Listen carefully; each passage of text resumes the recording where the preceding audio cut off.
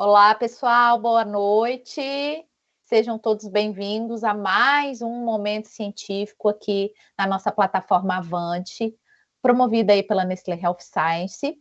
E hoje nós vamos receber uma convidada, que já é uma convidada de casa, né? Que é a nossa mentora e nutricionista Vânia Matoso, que vai trazer para a gente aí um tema que é um desafio para quem cuida de saúde da mulher, mas é um tema muito importante na atualidade, quando a gente fala de saúde intestinal e repercussões sistêmicas. Então, a Vânia Matoso é nutricionista formada pela Unirio, atua desde 2011 aí com a nutrição e tem trabalhado e tem focado cada vez mais na saúde da mulher e na saúde gastrointestinal.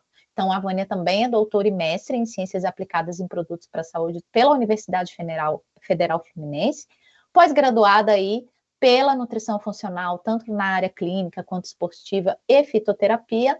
E hoje a Vânia, ela trabalha muito mais do que a nutrição, ela faz um trabalho muito bonito com desenvolvimento de carreira. Quem não conhece, acompanha a Vânia para conhecer. E hoje a gente vai falar um pouquinho de endobelly, o que é isso, de onde vem, para onde vai, o que a gente pode fazer para melhorar aí a saúde das mulheres. Vânia, seja muito bem-vinda, é um prazer tê-la conosco mais uma vez. A palavra está com você. Obrigada, Jamile. Obrigada pelo convite mais uma vez. É muito legal essa parceria nossa com a Nestlé, de melhorar, né, e trazer conhecimento, dividir conhecimento para os profissionais da área da saúde. Bom, boa noite a todo mundo. Hoje a gente vai falar de um tema chamado endobelly ou endobarriga. Se alguém aí tem endometriose ou adenomiose, tá? Porque pode acontecer nos dois casos, majoritariamente na endometriose, mas algumas mulheres com adenomiose tem uma queixa muito parecida. Então, vocês vão ver que faz muito sentido a queixa que a paciente de vocês traz para o consultório e até às vezes sua mesmo, tá? Então, vamos falar um pouquinho dessa endobarriga, que é bem característica dessa mulher. Mas para a gente conseguir falar de endobarriga, a gente tem que falar de outros pontos, alguns conceitos importantes, para a gente não se perder nessa informação. É bem interessante quando a gente estuda sobre endobelly, porque é um termo descrito recentemente na literatura científica. Até então, a gente nem entendia muito bem, né, todos os links que ligavam o intestino, endometriose, o que uma coisa tem a ver com a outra. Você não está falando do tecido endometriótico lá do útero, que acaba migrando para outras partes? O que o intestino tem a ver com isso? Tudo, né? Porque a gente já sabe que o intestino é fofoqueiro e ele não passa despercebido. Qualquer desordem é comunicada para o intestino e vice-versa. Então, quando eu falo de intestino, eu estou sempre falando de eixos bidirecionais. O intestino comunica com todos os órgãos e sistemas e vice-versa. Então, quando eu falo de sistema reprodutor, o intestino está dentro também. Por isso que dominar a saúde intestinal é necessário para qualquer área da nutrição ou da medicina que eventualmente você decida se dedicar, tá, ao longo da vida. Então, vamos falar de nutrição, vamos falar de endometriose, de intestino, e tem essa frase que eu criei, que eu acho perfeita, modéstia à parte, que é: a nutrição não trata tudo, mas sem a nutrição a gente não vai tratar nada. Não é querer puxar a sardinha para o nosso lado, mas quando a gente olha a evidência científica, tudo fala sobre padrão alimentar, tudo fala sobre dieta, tudo fala sobre medicina do estilo de vida. Então, se eu não falar sobre nutrição com os seres humanos de forma geral, a gente não vai conseguir ter uma vida saudável, longeva, com qualidade de vida, com saúde intestinal, com saúde reprodutiva. A gente vai ficar cada vez mais doente. Então, em qualquer seara da medicina, todas as áreas médicas e nutrição, obviamente, a gente vai ter que dominar os meandros, né, os pormenores da nutrição. Quando a gente fala de endometriose, síndrome do intestino irritável, inflamação intestinal, a gente tem orientações específicas que eu trouxe para dividir com vocês hoje, tá? Então, a primeira pergunta que eu tenho para vocês é: o que você já ouviu falar sobre tratar mulheres com endometriose, e especialmente mulheres com endometriose e distensão abdominal? Porque, curiosamente, mulheres com endometriose costumam ter queixas gastrointestinais. É muito comum que, às vezes, as queixas até se confundam. Ela fala assim para você: olha, eu não sei se essa cólica, esse desconforto que eu estou sentindo tem a ver com algum sintoma de reprodutivo, né, de ciclo menstrual, alguma coisa assim, se é por causa da endometriose ou da adenomiose, ou se essa queixa, essa cólica, esse desconforto tem a ver com o meu intestino. Eu fico muito confusa, eu não consigo nem perceber direito qual é o órgão, qual é o sistema que está sendo afetado, né? Inclusive, quando a gente está falando sobre diagnóstico diferencial da síndrome do intestino irritável, a endometriose é um deles. Muitas vezes a gente acha que tudo é intestino irritável, né? Hoje em dia eu acho que síndrome do intestino irritável às vezes é um diagnóstico preguiçoso. Quando a pessoa, né, aquela pessoa que vai dar o diagnóstico, não sabe exatamente o por que aquele intestino sofre, ela fala assim, deve ser intestino irritável, né? Porque intestino irritável ele é poliqueixoso, polissintomático, e aí quando eu não estou conseguindo encontrar uma causa, eu digo que é intestino irritável. Só que hoje a gente sabe que existe o que a gente chama de IBS-like disorders, que são desordens que imitam a síndrome do intestino irritável, e a endometriose está configurada dentro de uma das possibilidades. E vocês vão entender por quê, tá? Então, como as queixas são muito parecidas, como na endometriose eu tenho intolerâncias alimentares, como na endometriose eu sou mais suscetível a alergias alimentares, como na endometriose eu curso com endobele, os sintomas são muito próximos. E na hora que eu vou dar o diagnóstico, nem todo mundo está atento para a possibilidade dessa mulher ter endometriose. Então, escutativa no consultório para a gente entender que tipo de sintoma é esse que essa paciente traz para a gente. Quando ela fala, por exemplo, de um intestino que gera uma dor incapacitante, isso não é problema de intestino. Não é intestino irritável, isso é endometriose, tá? Então, essa dor incapacitante já tem que ligar uma luz na tua cabeça. Peraí, isso não é intestino. Tem alguma coisa adicional. Pode ser que o intestino esteja em sofrimento também, mas tem alguma outra coisa correndo junto, tá? Então, vamos conceituar o que é endometriose. A endometriose é uma desordem inflamatória dependente de estrogênio, estradiol, né? Especificamente. Então, vocês sempre têm que saber que uma mulher com endometriose e adenomiose também tem duas vias ligadas e superreguladas ao mesmo tempo. Aumento da expressão de citocinas inflamatórias, uma superregulação da resposta imunológica, produzindo citocina inflamatória, gerando uma desordem inflamatória, mais um aumento na produção de estradiol, né? E essa alteração na produção de estradiol, que a gente vai chamar de predominância estrogênica, está muito associada à progressão da doença. Porque a endometriose tem vários estágios, vários níveis, né? De 1 a 4. E à medida que eu vou submetendo essa paciente em estágio 1 a um ambiente ainda mais inflamado, com uma quantidade maior de estradiol, a mulher vai progredindo. Mais estrogênio, mais inflamação, mais os implantes endometrióticos conseguem se difundir e espalhar por toda a nossa região ali abdominal, né? Pélvica também.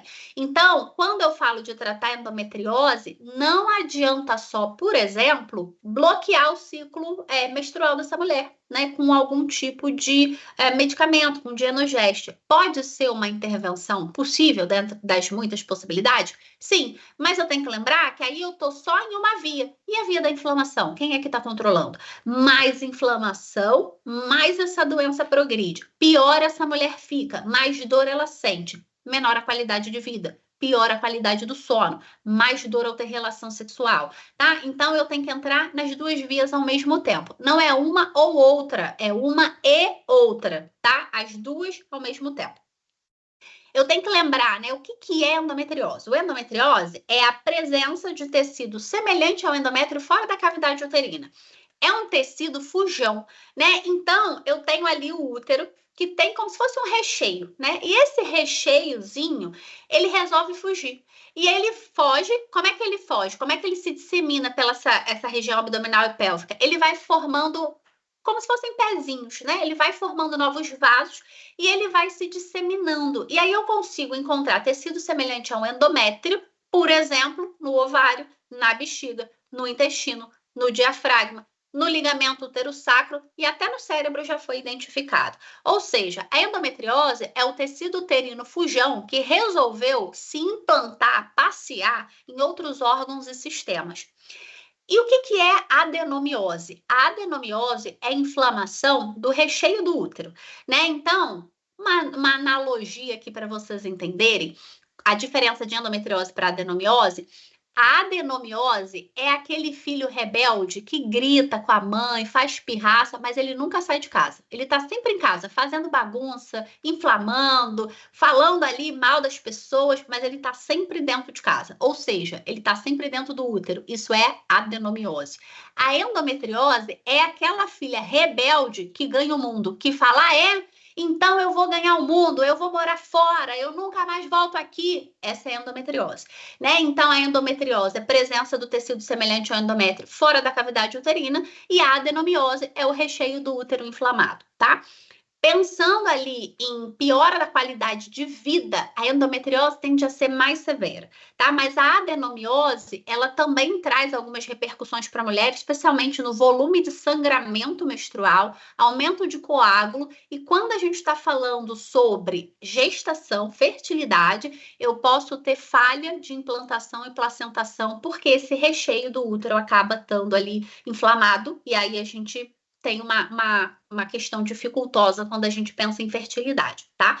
Tanto para gestação natural ou FIV, né? Quando a gente está falando de reprodução assistida. Bom, lembrando de epidemiologia, quantos por cento, né, da população mundial, mulheres em idade fértil, sofrem com endometriose? Em torno de 10 a 15% das mulheres. A gente acredita que isso é um subdiagnóstico.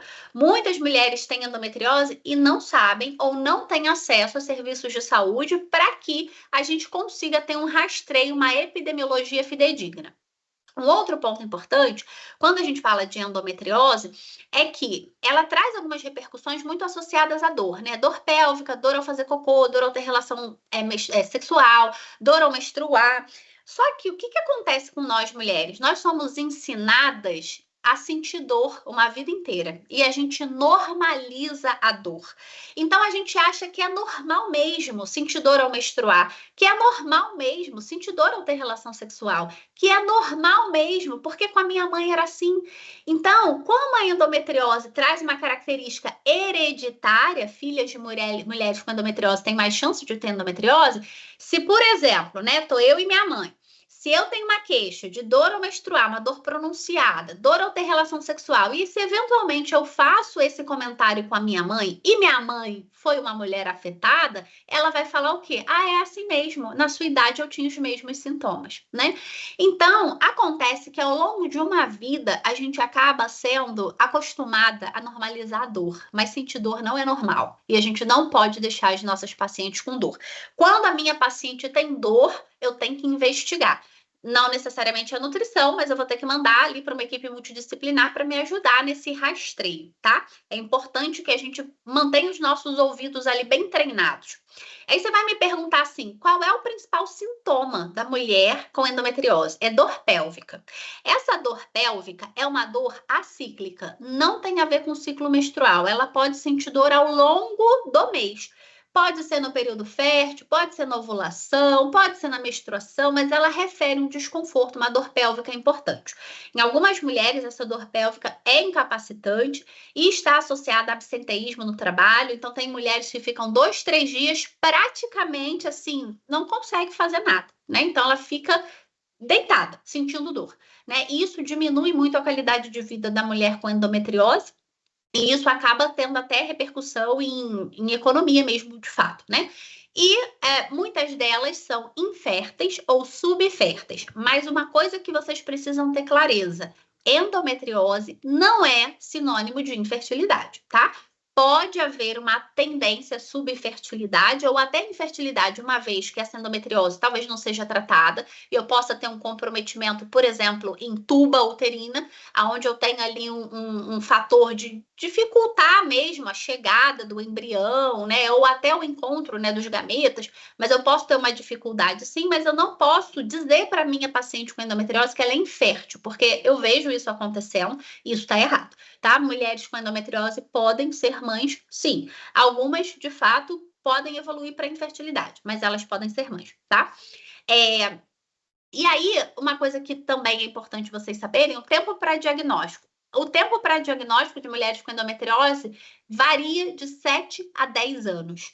E a gente não pode deixar uma mulher com dor por 7 a 10 anos. Tem alguma coisa errada, tem alguma falha, né? Então, geralmente, o profissional que dá o diagnóstico para essa mulher é o 7º profissional que ela consulta. Não é incomum no meu consultório que essas mulheres cheguem com uma queixa intestinal, de diarreia, de distensão abdominal, e ela vem na tentativa, na busca, né, de entender por que ela tem aquela queixa, aquela distensão, o que está acontecendo? Será que o problema é meu intestino? E aí ela começa a fala da dor, do problema da questão sexual, e a gente tem que perguntar isso para nossa paciente, uma baixa libido, uma falta de energia, um cansaço. Tem alguma coisa para além do intestino, tá? E aí vale a pena a gente evoluir essa paciente para um ginecologista, para a gente fazer, a gente tem 2 possibilidades de diagnóstico, tá? Ou a gente vai fazer o ultrassom, né? Mas o padrão ouro seria uma ressonância pélvica e abdominal com contraste intestinal. Esse seria o padrão ouro de rastreio, tá? Mas às vezes a gente só consegue fazer o ultrassom, que é a primeira escolha, tá? Mas se eu tiver a possibilidade de fazer a ressonância com contraste intestinal, seria interessante, com contraste e preparo, tá?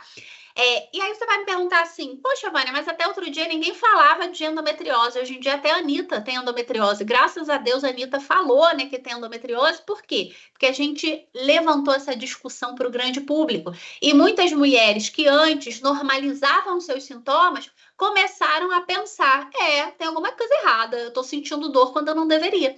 Qual foi a queixa da Anitta? Cistite da lua de mel.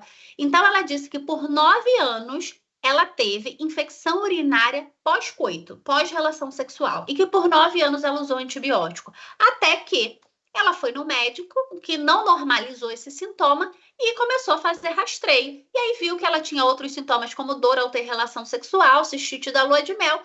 Quando ele fez a ressonância, estavam lá os focos endometrióticos, diagnóstico fechado. Ou seja, a Anitta ficou 9 anos sendo tratada de forma errada, porque não houve um diagnóstico acertado dessas mulheres. E, curiosamente, pasme, o Brasil é um dos melhores no rastreio e tratamento, tá? Mas a gente ainda tem muito a aprender sobre e disseminar o conhecimento sobre a saúde feminina, tá? Aí você vai falar assim, poxa, mas por que os casos estão aumentando? Na época da minha avó, da minha mãe, ninguém tinha isso, hoje em dia todo mundo tem. E de cada vez mais precoce. Até pouco tempo atrás, a gente não dava diagnóstico de endometriose para meninas jovens. Hoje em dia, a gente sabe que existe endometriose na adolescência. Então, está chegando, o problema está acontecendo cada vez mais cedo. Isso reflete a sociedade que está cada vez mais doente. Então, por que esses casos estão aumentando? Vamos falar dos fatores de risco. Variação hormonal, menarca precoce, as meninas estão menstruando cada vez mais cedo. Essa semana eu atendi uma menina que menstruou, uma mulher, né, que menstruou aos 9 anos. É uma criança, né? Uma criança de 9 anos menstruada. Então, essa menarca precoce é um fator de risco, tá? A menor duração do ciclo hormonal, então são mulheres que às vezes têm ciclos muito curtos, e isso é outra coisa que não dá para a gente normalizar. 23 dias, 24 dias, né, 26 dias, tem alguma coisa acontecendo. Geralmente é alguma desordem associada à progesterona, tá? Que é comum nessas mulheres também, uma resistência à progesterona, por exemplo. O consumo regular ou moderado de álcool, porque hoje em dia as pessoas bebem muito, né? É quintou, sextou, sábado, domingo.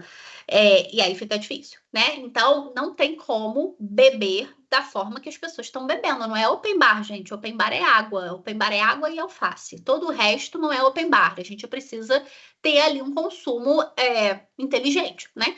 Eu acho que o corpo de saúde não tem que falar sobre consumo de álcool. Não pode haver incentivo sobre consumo de álcool. Por quê? Porque o paciente tem audição seletiva. Se eu falar para ela tomar uma taça por semana, ela vai tomar uma garrafa por dia e vai falar que foi a Vânia que falou. Então, o que eu digo para ela? Não consuma. Quando consumir, beba pouco, de forma pontual, para degustar, não é para ficar bêbada, né? Então, é para degustar o produto e ponto final, tá? História familiar positivo, né, de parentes de primeiro grau, geralmente mãe, mas a gente sabe que a endometriose, essa informação da endometriose, ela pode ultrapassar 4 gerações, pelo menos em modelos experimentais, em rato. Então, isso quer dizer que se a sua tataravó tinha endometriose, a sua filha pode ter, porque existe uma genética familiar positiva usualmente oriunda da família materna, né, associada à apresentação da doença. Inatividade física, ser sedentária é um problema, tá? E a dieta pobre em ômega 3. A gente ainda tem outras questões associadas, por exemplo, ao fato das mulheres não estarem engravidando ou engravidando de forma mais tardia, também é fator de risco. Tem alguns estudos que sugerem que a endometriose é a doença da mulher moderna, né? Por quê? Porque hoje em dia a gente está engravidando aos 40 anos, então a gente expõe esse sistema reprodutor muito tempo a essa superprodução de estradiol em mulheres geneticamente predispostas, hábitos de vida horrorosos, sedentárias, pesadas, comem mal, bebem, fumam, se entopem de cafeína, né? E aí o corpo vai cobrar um aluguel, por vezes, muito caro, por a gente não fazer bom uso da nossa máquina, né? E qual é a importância da saúde intestinal na endometriose? Eu quero que vocês tenham isso como verdade científica, porque já é uma verdade científica, né? Hoje a gente entende que mulheres com endometriose têm disbiose na vagina e no intestino, tá? Nos dois. Ponto. Isso a gente já tem descrito em literatura com uma robustez muito grande. Não tem mais por que a gente ter dúvida.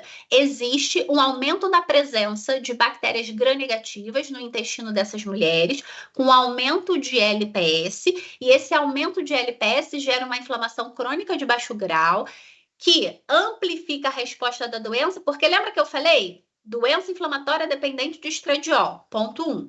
Segundo link, existe um grupo de bactérias no intestino, que a gente vai falar um pouquinho mais delas, que estão associadas a metabolismo de estrogênio. Então, aqui, ó, já falei de inflamação, já falei de estrogênio. E tem um outro grupo de bactérias, como, por exemplo, a fusobactéria, que estão associadas à progressão da doença, ou seja, a presença dela em trato gastrointestinal está associada à manifestação e progressão da doença. Então, o intestino tem tudo a ver com endometriose. Eu não posso dizer que é o intestino que causa a endometriose, mas naquele bololô, né, de tecido reprodutor, sistema intestinal, o intestino pode atuar como gatilho, tá? Mas ele não é a causa única. Então, eu não posso chegar lá na rede social e falar assim, você tem endometriose? A culpa é do seu intestino. Não é assim que funciona, tá? O buraco é mais embaixo. Mas que esse intestino participa do desenrolar da doença, isso é verdade. Essas mulheres também têm disbiose vaginal. Não é incomum que elas tenham cândida de repetição, infecção urinária de repetição, gardnerella de repetição, né? Por quê? Porque existe uma alteração da composição desse ambiente vaginal, com uma diminuição de bactérias como L. crispatus e aumento de bactérias oportunistas, bactérias e leveduras, né? Que seria a cândida no caso, tá? Então, se a sua paciente está fazendo muita infecção de repetição vaginal, busca se não tem uma endometriose, uma adenomiose, quem sabe uma SOP, um mioma, tá? Porque todos eles estão associados à disbiose de vagina. E eu falei para vocês que tem um grupo de bactérias lá no intestino que elas estão associadas ao que a gente chama de ressíntese, reaproveitamento do estrogênio. Então, é assim que funciona. Nosso corpo está lá, produziu estradiol, né? Produziu estrogênio de forma geral, que são vários, né? Então, produziu estrogênio. E aí, ele é utilizado lá no nosso corpo, tá? Depois que ele é utilizado, o corpo fala assim, esse estradiol tá meio velho, vou jogar ele fora. Então, eu pego esse estradiol, eu empacoto, boto ele dentro do fígado, empacoto ele e aí eu jogo no intestino. Para quê? Para jogar fora. Mas esse grupo de bactérias intestinais que expressa uma enzima importante chamada beta-glucuronidase, olha para esse estradiol, esse estrogênio velho empacotado e fala assim, eu acho que eu posso utilizar mais um pouquinho esse estradiol, eu acho que ainda rola.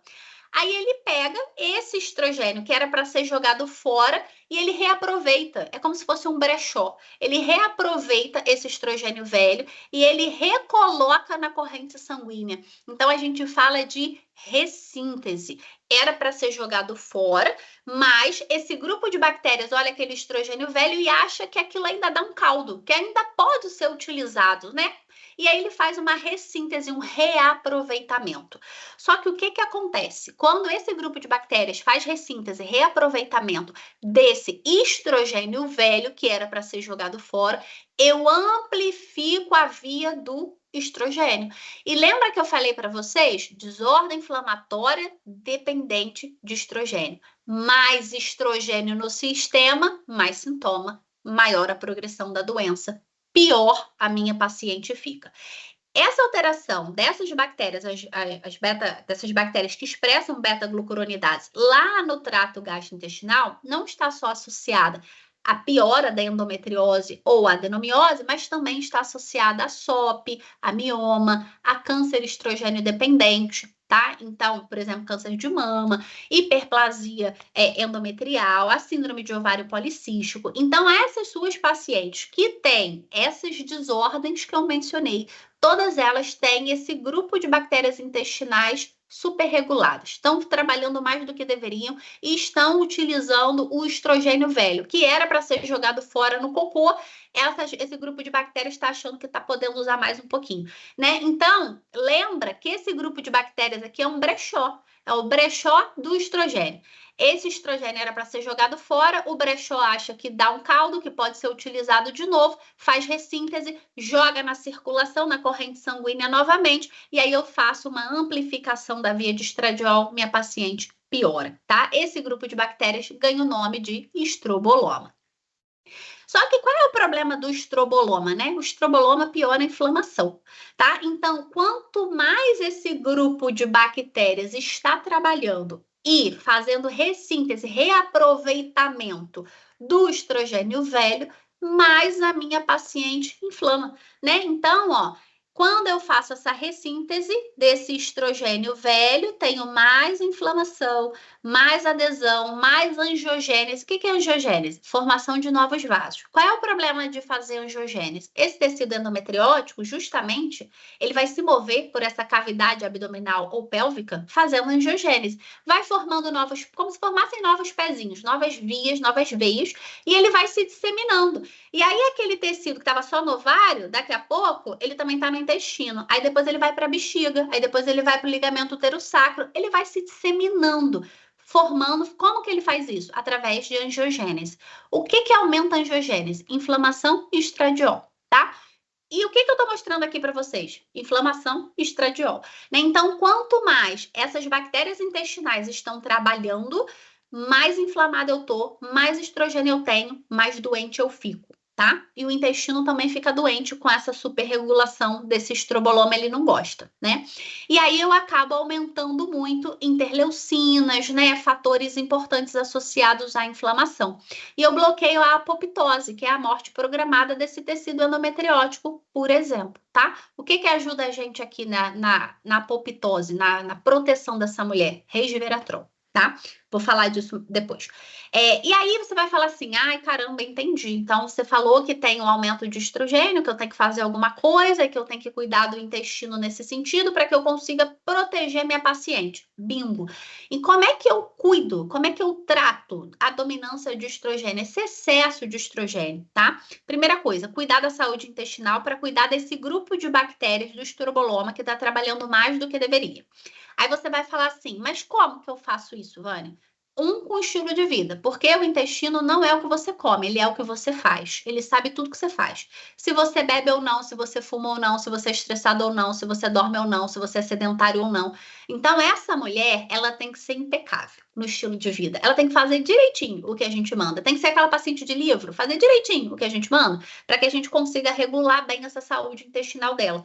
Mas tem uma coisa que essas bactérias intestinais superreguladas não gostam muito e que as bactérias protetoras amigas gostam. O nome delas é fibra. Eu tenho que dar fibra para esse tecido intestinal, porque quando eu dou fibra, eu seleciono as protetoras e eu diminuo a expressão dessas bactérias aí associadas a esse aumento dessa ressíntese, dessa reciclagem de estradiol. Então, dieta rica em fibra. Aí você vai falar, mas todo mundo come fibra. Come nada, porque você só segue nutricionista. Aí você fica vendo todo mundo comendo salada e você acha que essa é a realidade do Brasil. Mas a realidade do Brasil é que 70% das pessoas não comem 5 porções de fibras ao dia. Isso significa que 70% do nosso país vai ficar doente, porque não tem como ser saudável sem comer fibra, tá? Isso também é uma verdade científica. Uma outra coisa, não pode beber. Não tem como deixar essa paciente beber. porque eu vou fazer sobrecarga hepática. E o fígado dessa paciente não é uma Brastemp, é uma Consul, já é meio barro, meio tijolo. Então, se eu coloco álcool, ela não consegue fazer detox, ela não faz fase 2 de detox, ela não expressa glutationa do jeito que deveria, então ela fica cada vez mais inflamada e intoxicada por conta de álcool e tabaco. Não é para ela, tá? Então, por isso que eu falo, quer beber, vai beber uma tacinha de vinho para degustar, não é para ficar bêbada, não é para você, né? Tudo posso, nem tudo me convém. Outra coisa, gerenciar estresse. Muito estresse, muito cortisol, pouca progesterona. Pouca progesterona, piora dos sintomas, aumento da dominância de estrogênio. Então, ela tem que fazer gerenciamento do estresse. Essa mulher precisa ser zen. Qual é a grande dificuldade na prática clínica? Essa mulher não é zen, ela é estressada pra caramba. A mulher com endometriose, ela é super resolutiva. Ela adora resolver problema dos outros, ela adora se colocar em lugares que ela não pertence. Então, além de gerenciar estresse, você tem que ensinar essa paciente a dizer não. É importante que ela diga não, porque ela tem que sair dessa posição de salvadora, ou ela não vai melhorar, tá? Outra coisa importante, gerenciamento de peso. Tecido adiposo vai aumentar estradiol, ela não tá podendo. Então, ela não tem que ser só eutrófica, só magra, ela tem que ter uma boa composição corporal. Ela precisa ter uma boa quantidade de músculo e a menor quantidade possível de gordura. Obviamente que se eu estou falando de uma obesa, ela não vai alcançar o peso da Juliana Paz, nem é isso que a gente está propondo, mas precisa haver diminuição do peso e ela precisa se manter mais magra no longo prazo, porque o aumento de tecido adiposo vai aumentar a inflamação e também a síntese de estradiol. E aí eu não consigo fazer essa mulher melhorar nunca, tá? E outra coisa que a gente sabe é que a paciente que está acima do peso tem a microbiota intestinal corrompida. A gente já sabe que o obeso é disbiótico. Outro ponto importante, saúde hepática, né? Então, essa mulher, além, né, da privação ali do álcool que não é para ela, a gente precisa falar de xenobiótico, a gente precisa falar de orgânico, a gente precisa falar de rotulagem limpa, a gente precisa falar de chá para melhorar a saúde do fígado. A gente sabe que ele sabe fazer detox, mas o fígado dessa mulher não é muito bom. Por quê? Porque usualmente elas têm polimorfismo de glutationa, então ela não consegue fazer fase 2 de detox. Então ela fica intoxicada e às vezes com produto interno, né? Do produto ali da respiração, do trabalho desse corpo mesmo, o aumento da produção de radical livre, ela não consegue dar conta disso tudo, tá? Então a gente tem que pensar em saúde hepática para essas mulheres. A gente sabe que a gente vive nesse ambiente, né, obesogênico, cheio de xenobiótico, no que a gente puder proteger essa mulher no orgânico, na rotulagem limpa, faz sentido. Ai, Vânia, mas ela não consegue comer orgânico. Então é melhor não comer legume? Não, é melhor você comer legume, da agricultura tradicional, tá? Isso não pode ser desculpa para também a paciente não comer legume, né? Que às vezes elas querem tentar negociar as coisas com a gente. Não pode, tem que comer legume de qualquer forma, tá? E aí você vai falar, entendi então, como é que a gente vai tratar a dominância de estrogênio na prática, que é um ponto importante para tratar endobele, vocês vão entender isso lá na frente quando eu mostrar para vocês. Manutenção ou perda de peso e diminuição de circunferência abdominal para baixar estradiol, menos endobele. Melhorar o metabolismo hepático, então a gente precisa focar nesse fígado, dar um chá amargo para ele, carqueja, boldo, né, chá verde, chás amargos para proteção desse fígado, não intoxicar o pobre do fígado, porque o melhor detox é não se intoxicar, né? Então, a gente proteger o fígado da intoxicação, tá? Uma dieta rica em fibra para melhora da microbiota, com consumo de orgânico quando possível. Ela precisa dormir, né? Porque quem não dorme come, quem não dorme é estressado, quem não dorme é disbiótico. Então, ela precisa dormir. Sono quali e quantitativo, 6 a 8 horas por noite, tá? E tem que ser um sono de qualidade. Não adianta ser aquele sono que cai uma pena, ela acorda, tá sempre em alerta. A gente precisa sedar essa mulher. Usa um óleo de lavanda, chá de mulungu, para ela ficar tranquila, tá? Abstenção de bebida alcoólica, deixa para momentos especiais, né? Manejo do estresse, porque preciso diminuir o cortisol para que eu consiga aumentar a produção de progesterona. Eles são contrarregulados. Mais cortisol, menos progesterona. Menos cortisol, mais progesterona. E suplementação. Aí aqui a gente pode falar de Vitex Agnus Castus, que é um dos que eu mais gosto. Eu sou grande fã desse fitoterápico. Mas se você não pode prescrever, não esqueça da importância de B6, B9 e B12, né? Geralmente essa mulher tem polimorfismo no que a gente chama de metiltetraidrofolato redutase. Com isso, ela tem aumento de homocisteína, ela é mais inflamada, enfim. Então, B6, B9, B12 seria super importante para ela. O zinco, que tende a ser baixo, por quê? Porque o intestino dela é ruim, né? Então, o zinco plasmático é um marcador indireto de saúde intestinal. O zinco tem que estar próximo de 100. Essa mulher que chega para você com zinco de 57, igual outro dia eu atendi, né? De 0,6, 0,65, tá ruim, tem que suplementar zinco, tá? Vitamina D dela tem que estar aumentada, não tem como essa mulher ter uma vitamina D baixa, tá? Porque a vitamina D tem ali um papel imunomodulador muito importante. Essa mulher é o puro suco da inflamação, então a gente precisa de vitamina D entre 50 a 80 e magnésio, porque tudo depende de magnésio no nosso corpo, tá? Então, o magnésio é super importante, mas o magnésio é interessante para diminuir a contração uterina, isso diminui a percepção de dor pélvica nessa mulher. Ah, Ivânia, tem tantos magnésios, quais? Pode usar o quelado que funciona, tá? Mas poderia ser o bisglicinato também, que eu gosto bastante. Aí você vai falar assim, então é a síndrome do intestino irritável que causa a endometriose? É o intestino que causa a endometriose? Não, a gente não pode dizer que é o intestino que causa a endometriose. Porém, contudo, entretanto, todavia, a prevalência da síndrome do intestino irritável é 5 vezes maior em mulheres com endometriose. Por quê? Ela é mais suscetível, tá? Então, não é incomum que as desordens estejam juntas. Ela tem endometriose e síndrome do intestino irritável. E aí ela ainda tem endobele, que é uma outra entidade. Então, eu estou falando de 3 vias a serem tratadas ao mesmo tempo. Às vezes, essa paciente ela é um desafio para a gente.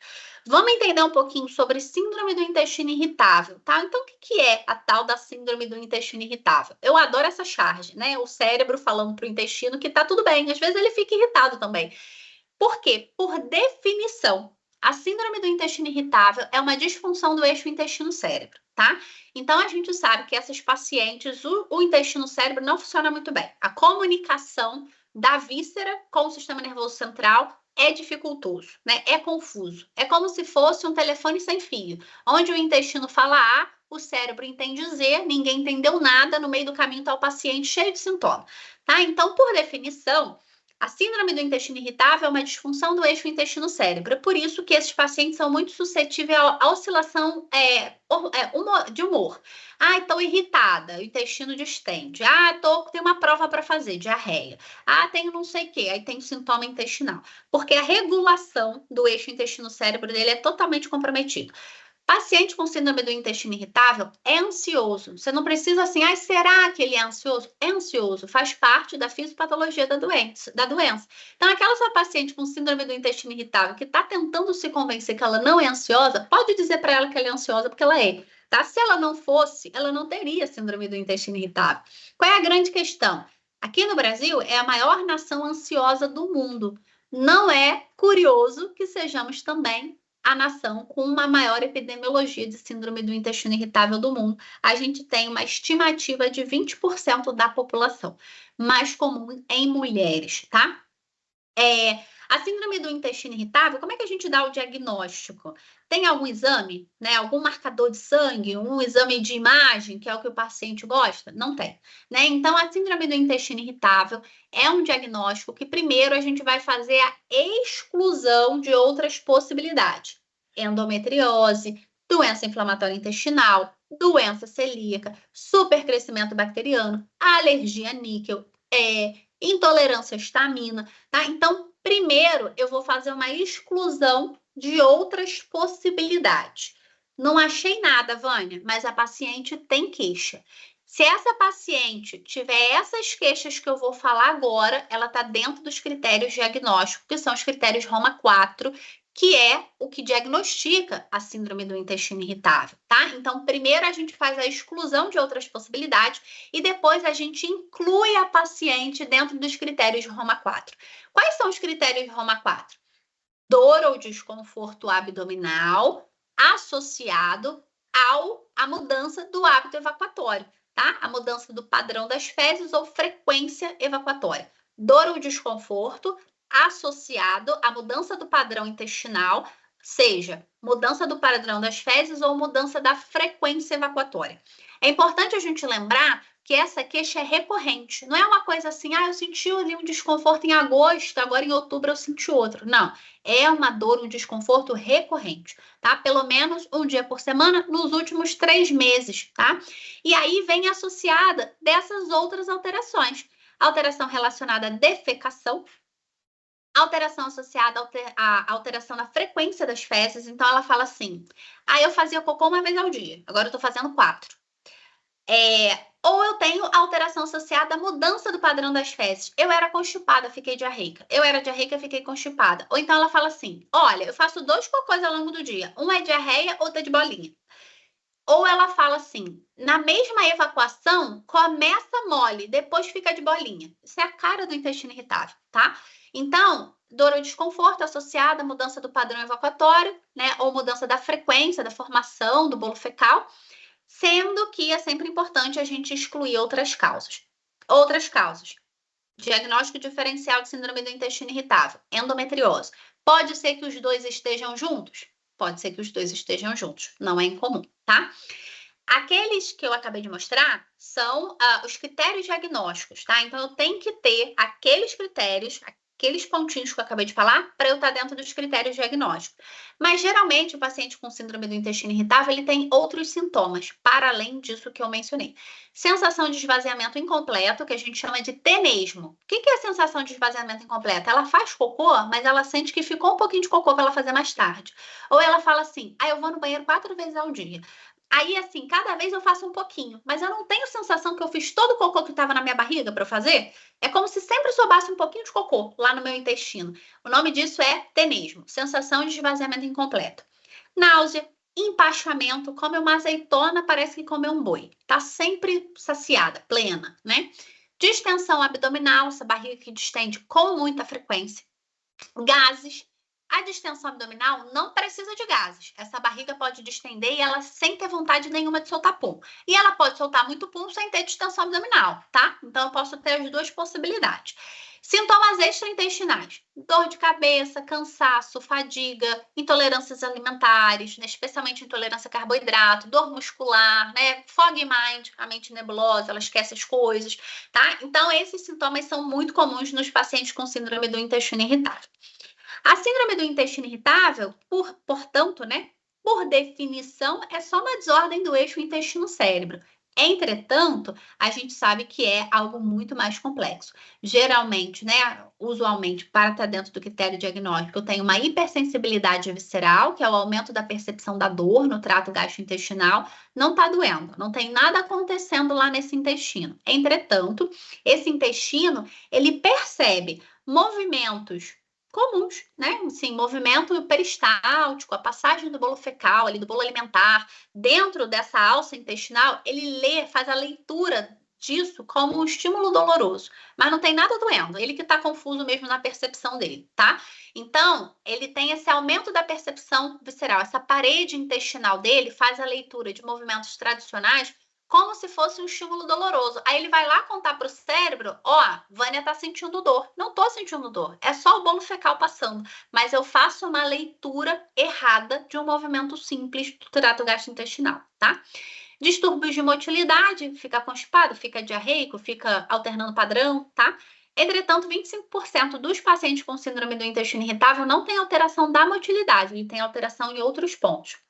Essa hipersensibilidade visceral pode estar associada ao hábito evacuatório. Então, tem paciente que sente dor antes de fazer cocô, tem paciente que sente dor depois de fazer cocô e tem paciente que sente dor aleatória, né? Então, ela está aqui sentada, está sentindo dor. Eu tenho as 3 variações.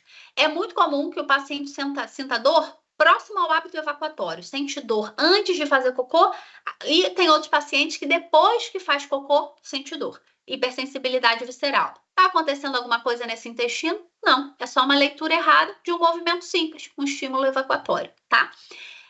A função da mucosa comprometida, o intestino dele é permeável, tá?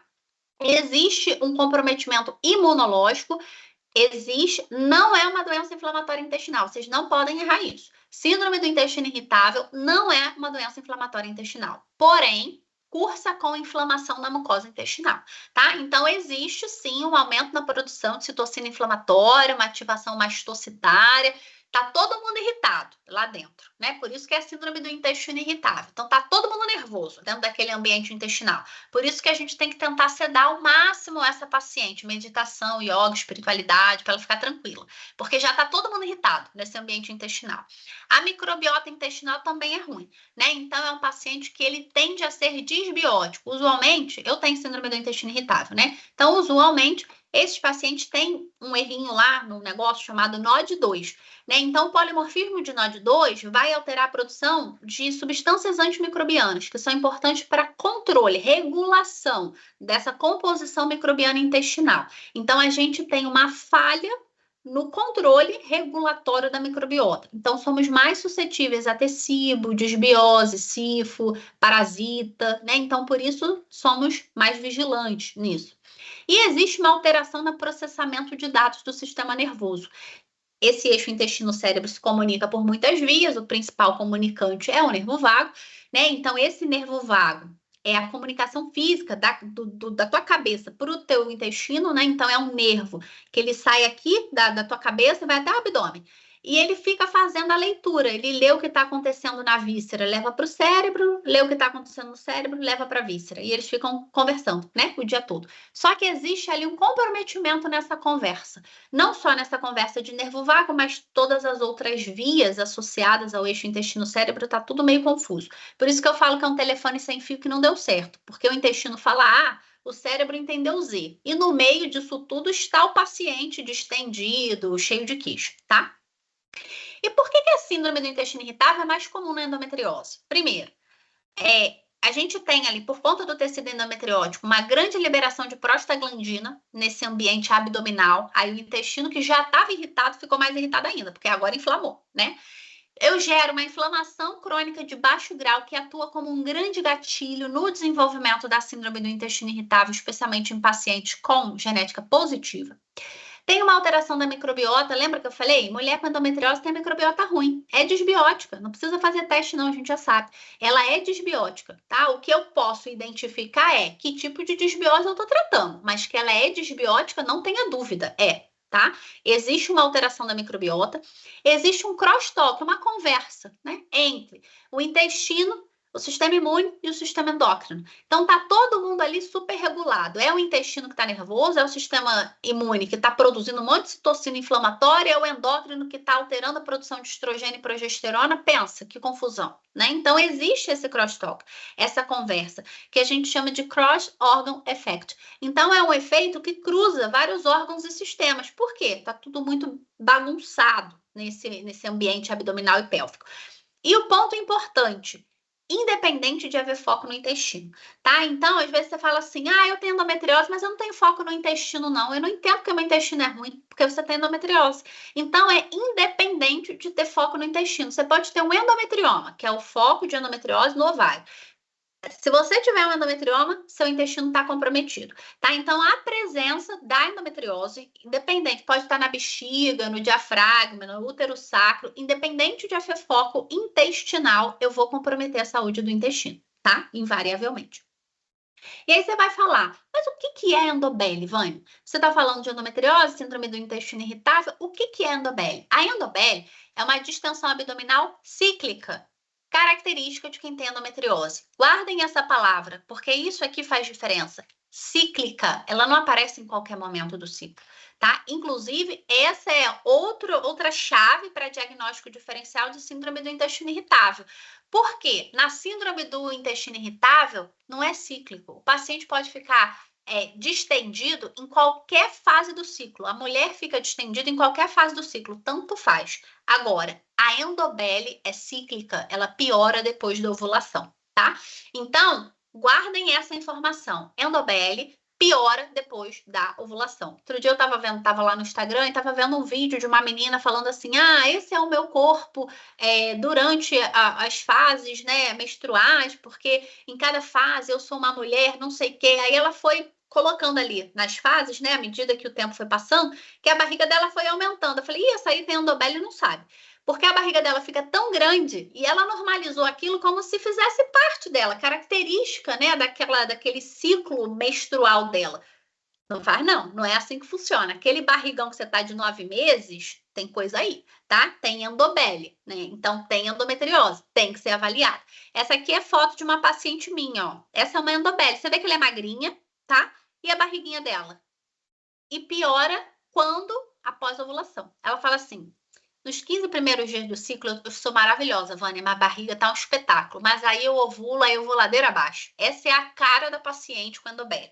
Então, ela tem esse marco temporal, né? E às vezes ela fala assim, é nesse período da ovulação que eu me torno mais intolerante aos alimentos, né? Por quê? Porque a endobele tem a ver com dominância de estrogênio, que tem a ver com intolerância à histamina.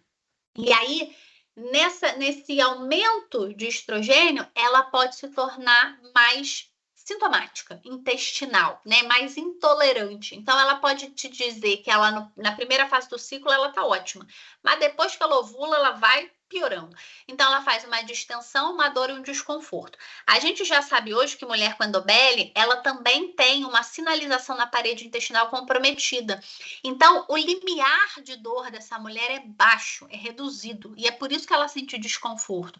Então, essa barriguinha distende, essa parede intestinal tem um limiar de dor curto e ela vai informar para o cérebro: ó, tô sentindo dor. Aí o que a paciente vai sentir? Dor, tá? Então, essa flutuação, né, de uma paciente que começa o ciclo assim e termina assim, isso não é fases do ciclo menstrual. Isso aqui é uma desordem que tem que ser tratada. Então, aquilo que a gente vê lá no Instagram, as pessoas tentando normalizar, que existe, obviamente, uma flutuação, claro, eu não estou falando isso, mas isso aqui não pode ser normalizado. Essa paciente aqui está doente, ela tem que ser diagnosticada e tratada, tá?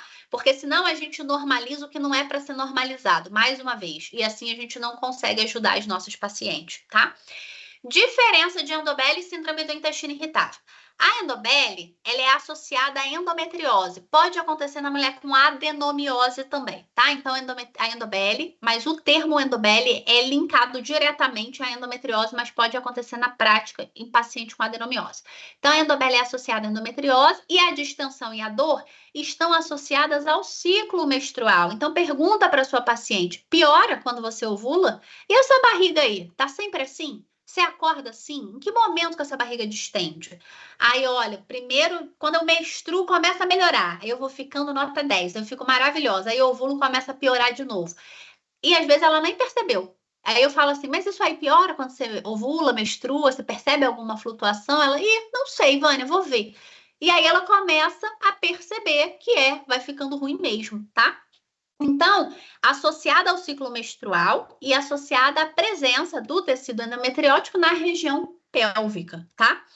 Na síndrome do intestino irritável, os sintomas não estão associados ao ciclo menstrual. Então, tanto faz. A fase do ciclo dela, tanto faz. Se ela menstrua, se ela não menstrua, não faz diferença nenhuma. Aquela paciente usualmente está sempre mais distendida, tá?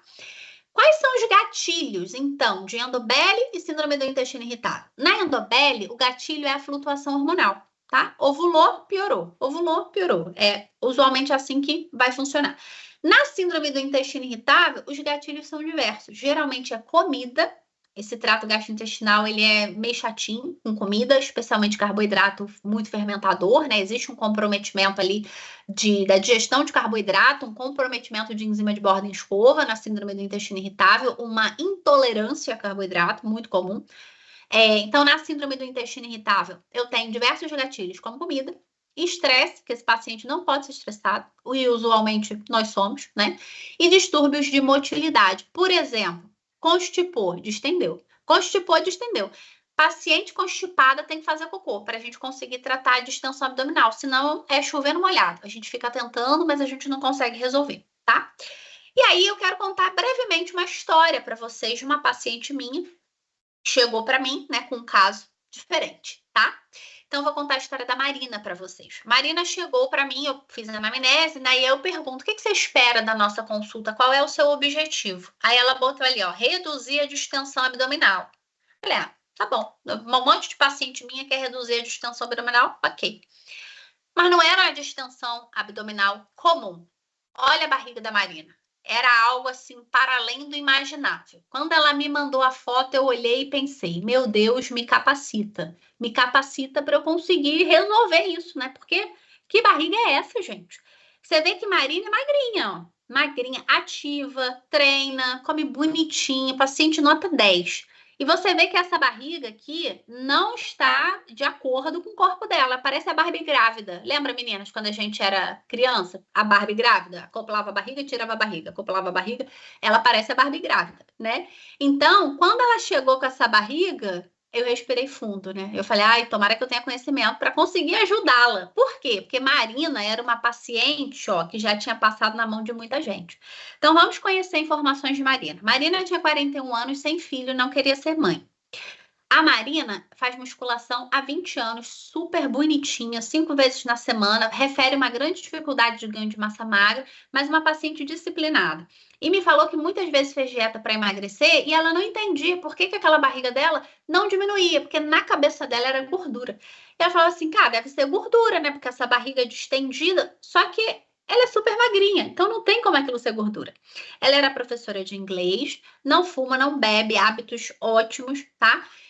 Refere um pouco de um comportamento mais depressivo, até essa barriga que não melhora, não pode comer nada, um isolamento social importante, né? Então, ela fazia terapia para tentar melhorar isso. Ela descobriu endometriose há 10 anos, a Marina tem endometriose profunda, tá? Bem importante, e há 10 anos ela usa Cerazete. Ela dorme muito bem, mas sente sono o dia todo. Ela falava muito disso. Ah, sinto muito sono, e já dormi na frente dos alunos.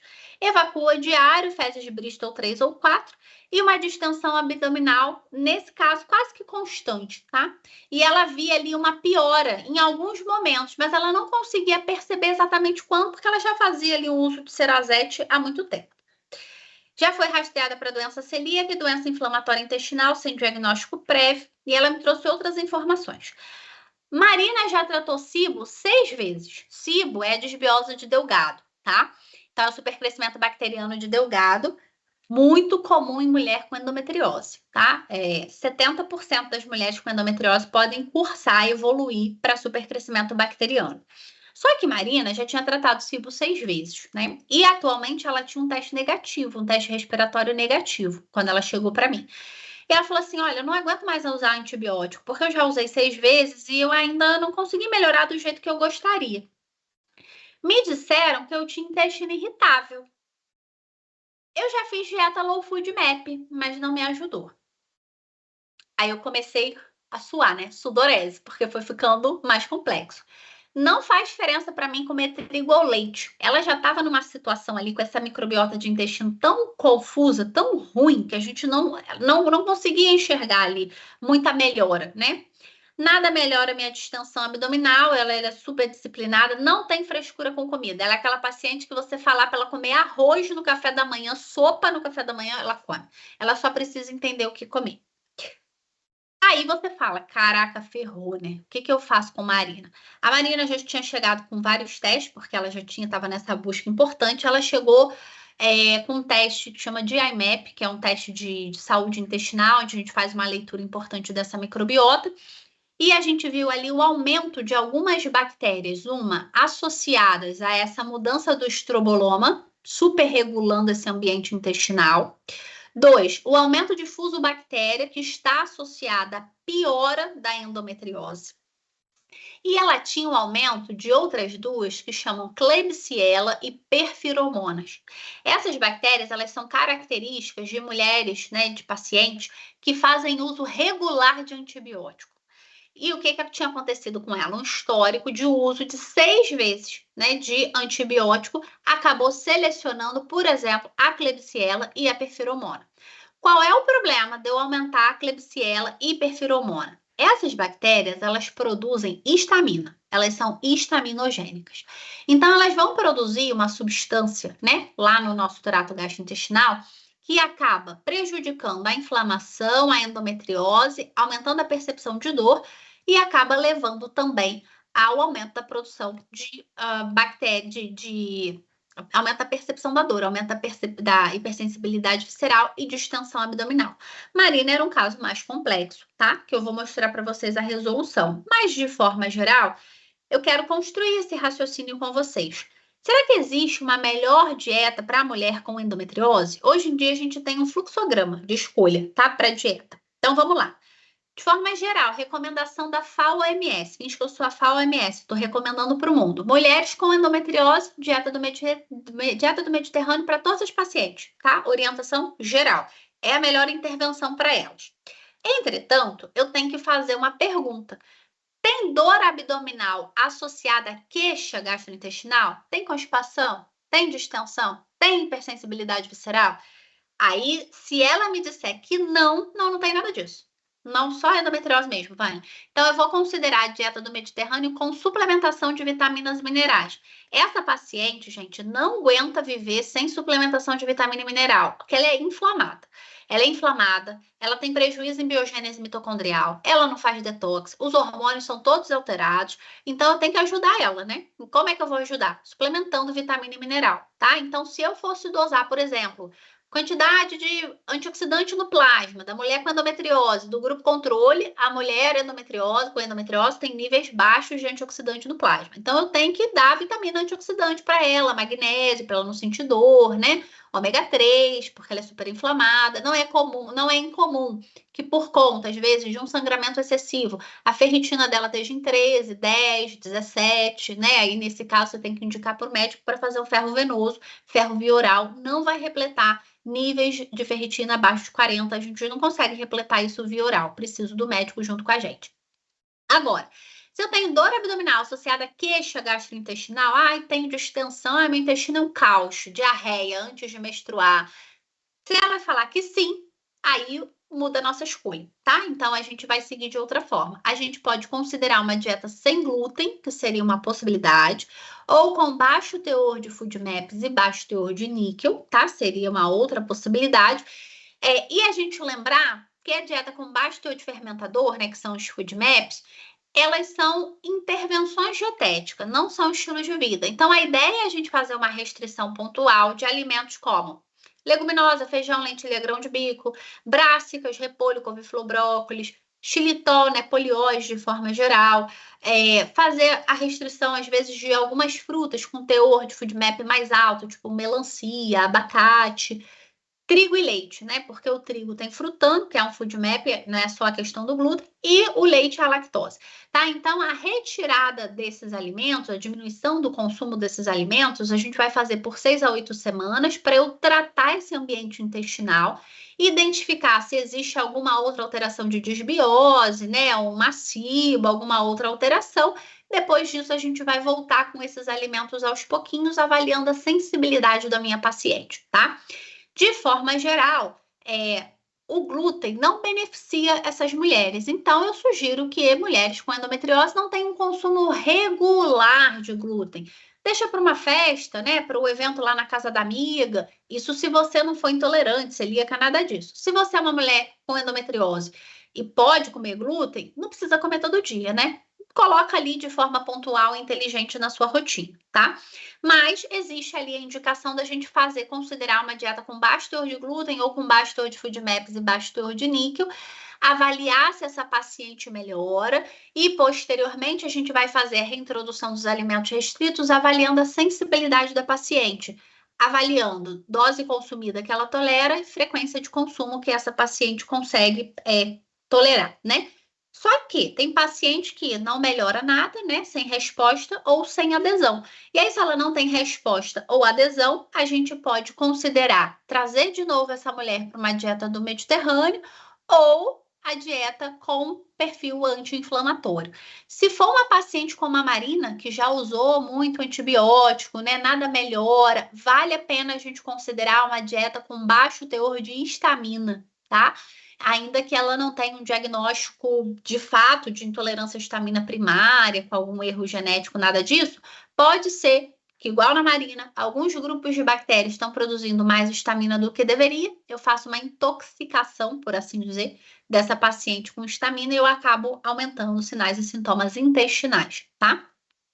E quais são os suplementos, então, que essa mulher, que seria bacana para essa mulher? Eu elenquei alguns, mas tem várias possibilidades, tá? Primeiro, a gente pensar na saúde desse intestino, porque a gente precisa falar sobre isso. E aí, uma possibilidade é a gente utilizar butirato. Por quê? Porque o butirato, ele parece ter um efeito pró-apoptótico nas células endometrióticas, né? Então, reduzindo o crescimento, o tamanho das lesões endometrióticas. E ele tem um efeito anti-inflamatório, não só no intestino, mas o butirato é um grande sinalizador, né, metabólico, é um grande sinalizador de todos os sistemas. E ele vai atuar através dos receptores de proteína G e das estonas, né? Então é importante que a gente ou suplemente o butirato ou que a gente aumente a síntese de butirato. Como é que a gente faz isso? Com fibra e composto fenólico, tá? Melhorando a saúde intestinal para que a gente consiga produzir mais butirato e produzindo mais butirato, eu tenho mais saúde endometrial. Eu também posso falar da cúrcuma, um efeito anti-inflamatório, faz down regulation de células inflamatórias, NF-κB, interleucina 6, COX-2, prostaglandina, né? Então, isso é super importante na regulação da inflamação.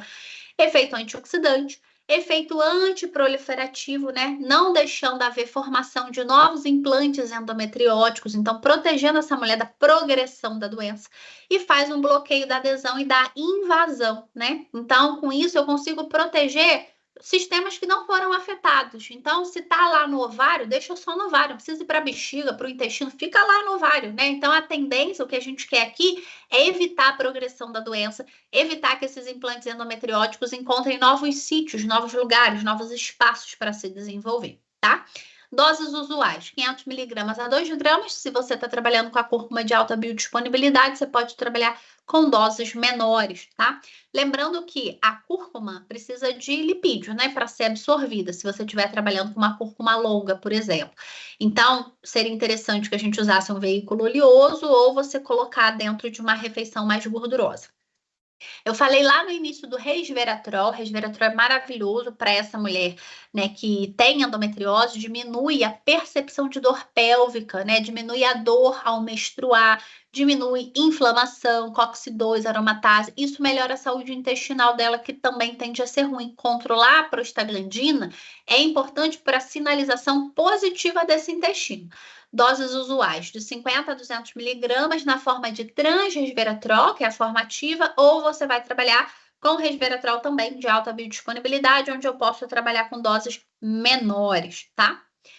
Outro maravilhoso que tem muito estudo, todos esses têm muito estudo, é o chá verde, né? Chá verde, o que quando a gente olha lá na evidência científica, tem estudo para basicamente quase tudo. É cúrcuma, chá verde e resveratrol. Se você tiver que fazer a prova na faculdade, chuta um desses três que você vai acertar, né? Então, o chá verde, por conta das epigalocatequinas, né? Ele tem um efeito ali super anti-inflamatório, protege essa mulher de novos focos, novos implantes endometrióticos, tá? As doses usuais de 200 a 500 miligramas ao dia de Camellia sinensis, ou você poderia fazer o uso do chá, né? Por que não fazer o uso do chá? Então, colocar o chá na vida dessa mulher é super interessante. Usualmente, se eu for falar só do chá, a gente falaria ali de uma dose muito alta de chá, não tem necessidade, porque a gente não está usando só chá verde, a gente está usando um monte de coisa. Então, o que você pode fazer? 1, 2 tomadas de 200 miligramas, 250 miligramas mais ou menos de chá verde seria interessante, tá? Coenzima Q10, né? Efeito anti-inflamatório, antioxidante, auxilia o controle glicêmico, a sinalização de GNRH para controle hormonal, orquestra hormonal dessa mulher, melhora da disfunção endotelial, melhora a qualidade do folículo, porque lembra que algumas dessas mulheres querem ser mães, né? E como ela quer ser mãe, eu preciso ter um folículo de qualidade, porque é tanto estresse oxidativo que eu gero um burnout ovariano precoce. Pode ser que ela evolua para uma menopausa precoce, pode ser que não, pode ser que ela tenha um antimuleriano, né, que é aquela dosagem que a gente vê para ver a nossa reserva ovariana. Pode ser que ela tenha um antimuleriano em faixa de normalidade, mas a qualidade desse folículo é muito ruim. E aí qual é o problema? Ela não engravida. Porque quando ela tenta formar um embrião, né, que seria o óvulozinho com o esperma, né, o espermatozoide, quando ela tenta formar essa junção, esse embrião não é de qualidade, é um embrião aneuploide, né? E aí ela não consegue engravidar de forma natural. E quando ela vai para a FIV, ela também acaba não tendo embrião de qualidade, aí a gente tem que fazer vários estímulos, né, para que a gente consiga pegar ali os embriões euploides, né, que são viáveis, compatíveis com a vida.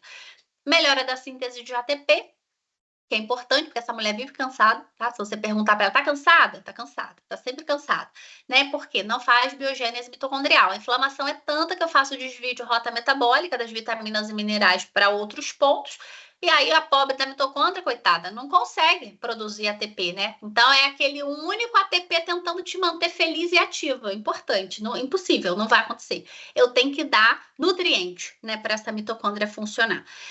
Melhora das chances da fertilização natural ou FIV e biogênese mitocondrial. 200 a 400 miligramas, tem alguns estudos que falam de 800 miligramas para mulheres que querem engravidar, mas que não estão tendo bom resultado na FIV, tá? E outro que é um super queridinho é a ANAC, N-acetilcisteína. A N-acetilcisteína melhora os quadros de endometriose, melhora a inflamação, estresse oxidativo. O intestino adora ANAC.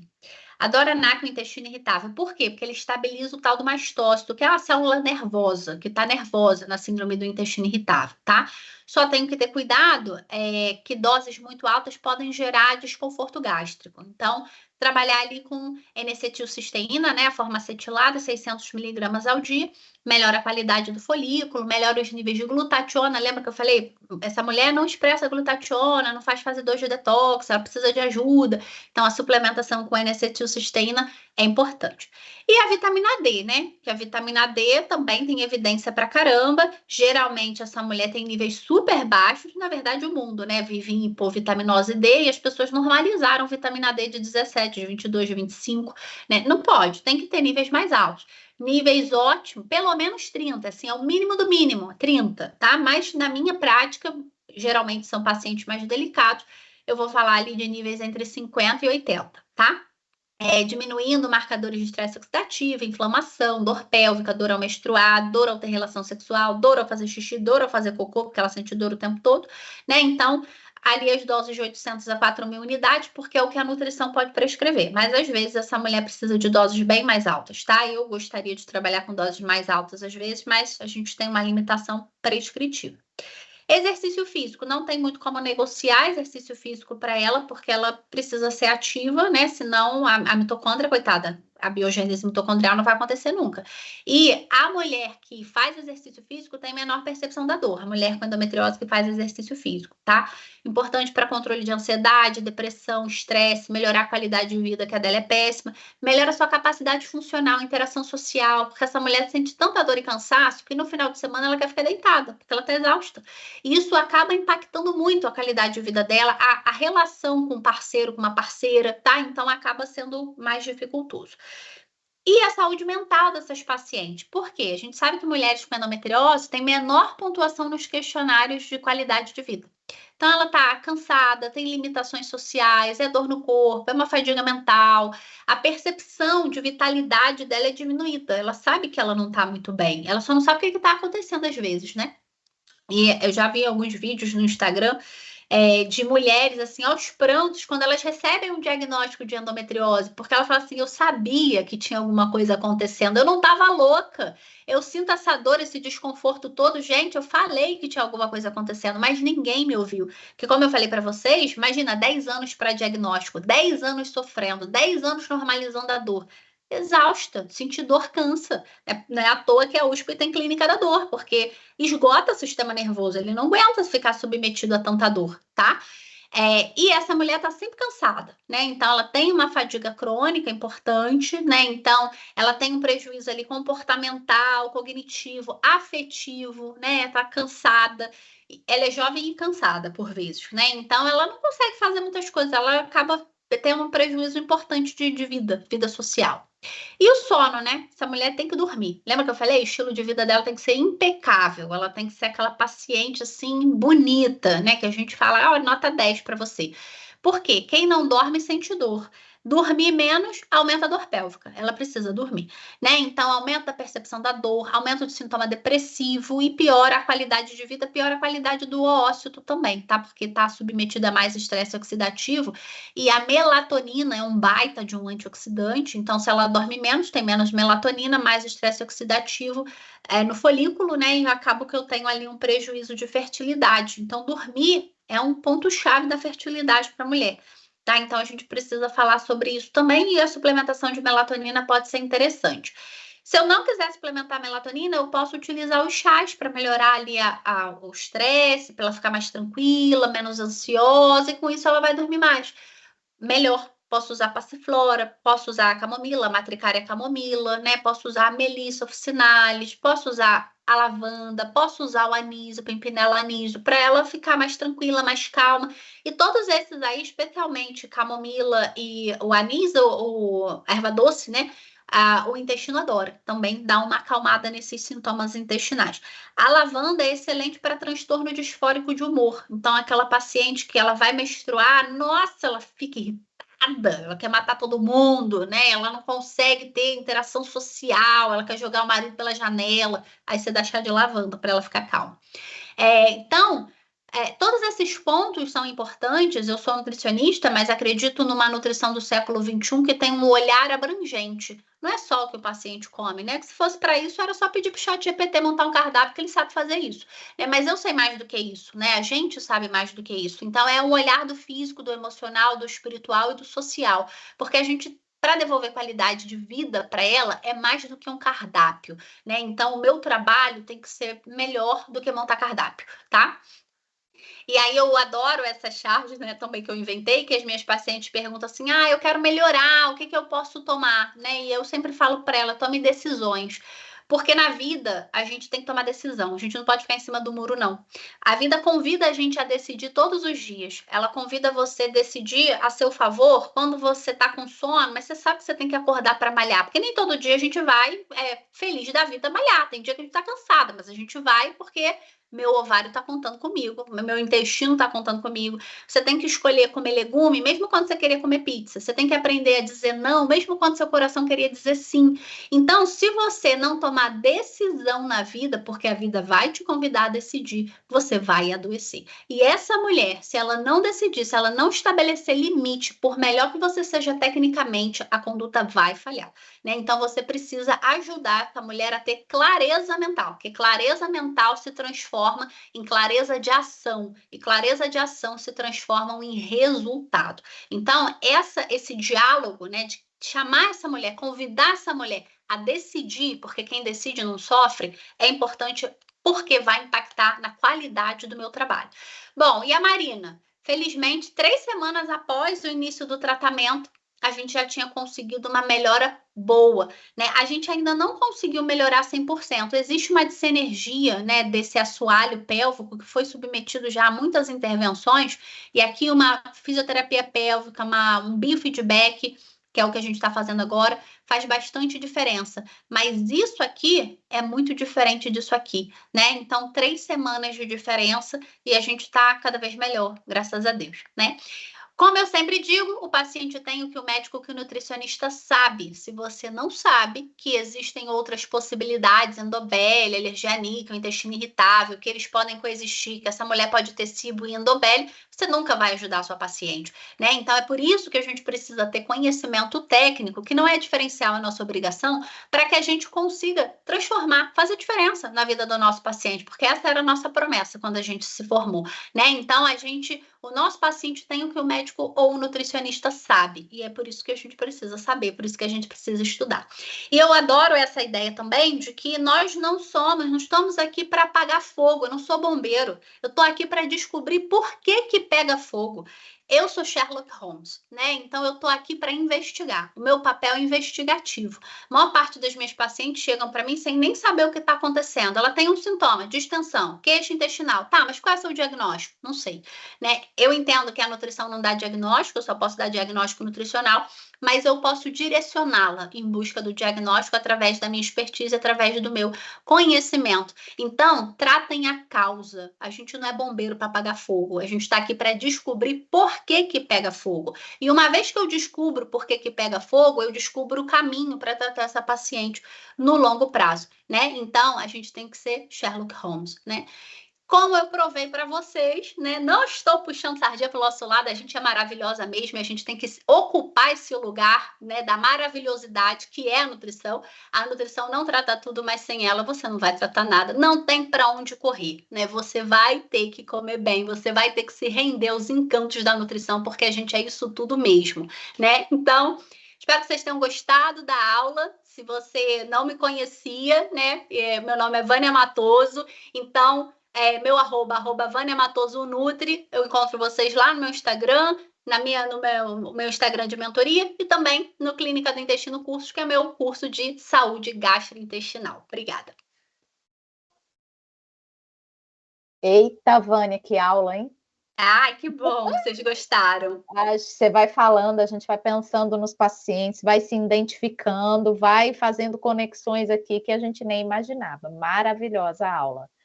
Que bom. Muito obrigada mais uma vez. Gente, pelo horário, então a gente vai fazer só 3 perguntas, tá? Então, a primeira pergunta que eu vou te fazer, Vani, é com relação a essa correlação estrogênio, endometriose e estroboloma.